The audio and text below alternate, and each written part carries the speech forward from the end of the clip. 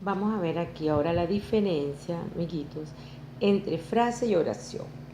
La diferencia entre frase y oración es el verbo. El verbo, ¿ves? Aquí, por ejemplo, la casa es una frase, no dice nada, no tiene un sentido completo. En cambio, si tú dices, la casa es bella, mi mamá ama a mi papá, el cuarto está limpio, tenemos aquí un conjunto de palabras que dan un sentido, con sentido completo. Aquí están expresando, la casa es bella, mi mamá ama a mi papá, el cuarto está limpio, ¿ves, niñito? La diferencia entre frase y oración la indica, la establece el verbo que es lo que indica la acción. Aquí es del verbo ser, aquí ama del verbo amar y aquí está del verbo estar.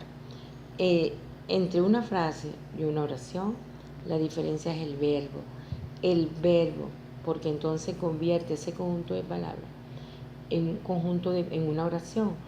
Una oración es un conjunto de palabras con sentido completo y lo expresa el verbo cuando indica la acción. Acción. Tú puedes decir la casa, el palo, el peine, la olla, son frases. Pero si tú colocas un verbo a un conjunto de palabras, ya le estás dando un sentido completo y es una oración. Eso es lo que deben saber los niñitos de primer grado, que la diferencia entre frase y oración es el verbo.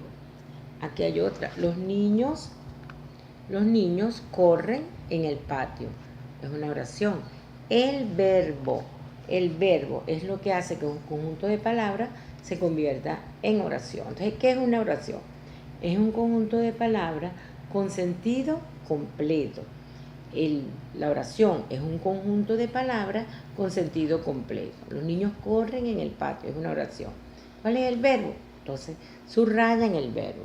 Aquí, en estas oraciones, mi mamá ama a mi papá. ¿Cuál es el verbo? Ama. Subrayan el verbo. El cuarto está limpio. ¿Cuál es el verbo? Está. Esto lo saben los niñitos de primer grado, lo aprenden rapidito. Muy diferente a la frase que no tiene verbo, ¿ves? Entonces ustedes, maestras, le pueden poner en una columna una serie de frases y en la otra una serie de oraciones y le hacen ver la diferencia y le hacen subrayar el verbo.